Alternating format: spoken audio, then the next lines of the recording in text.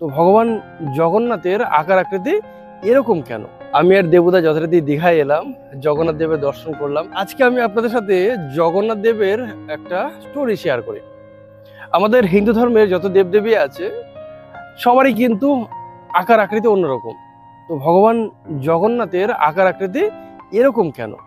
ওনার হাত নেই, পা নেই, ওনার চোখের দুটো ভুরুও নেই। কখনো ভেবে দেখেছেন যে এরকমটা কেন?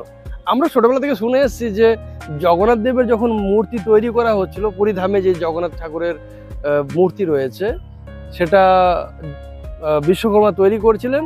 হঠাৎ করে পাখি ডাকাতে সকাল হয়ে যাওয়াতে এইভাবে কাজটা বন্ধ হয়ে যায়।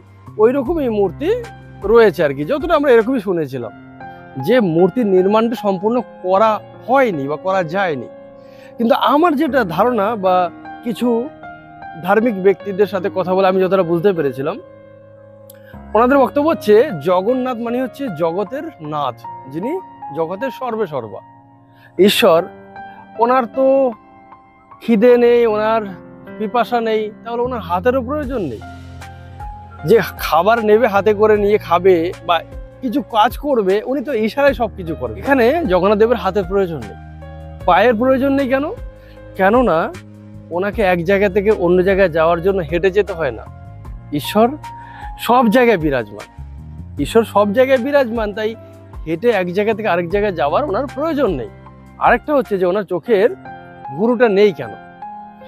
ঈশ্বর সব সময় সবকিছু দেখছেন। আমরা বলি না যে ঈশ্বরের চোখে কিন্তু ফাঁকি দেওয়া মুশকিল আছে, ঠিক সেজন্যই ঈশ্বরের চোখের পাতা ভুরুটা নেই। উনি সব সময় সবকিছু দেখছেন, সবাইকে দেখছেন। এটার আরেকটা ব্যাখ্যা আছে, আমার ব্যক্তিগত ব্যাখ্যা। ঈশ্বর নিজের এরকম একটা রূপ দেখিয়ে এটা বোঝাতে চাইছেন যে দেখো, আমাদের সমাজে এরকম আমরা দেখেছি অনেক মানুষকে জন্ম নিতে, যারা মানসিকভাবে বিকলাঙ্গ, যারা শারীরিকভাবে বিকলাঙ্গ, পঙ্গু হয়ে জন্ম নিতে অনেক মানুষকে আমরা দেখেছি। তো ঈশ্বর এটা বোঝাতে চাইছেন যে আমার রূপ এটা, অর্থাৎ যেই ছেলেটি এইভাবে জন্ম নিচ্ছে তাকে তোমরা ফেলে দিও না, তাকে তোমরা অবহেলা করো না, তাকে বাঁচাও, তাকে মানুষ করার চেষ্টা করো, তাকে যতটা পারো ভালোভাবে সেবা শুশ্রূষা করে তাকে নতুন জীবন দেওয়ার চেষ্টা করো।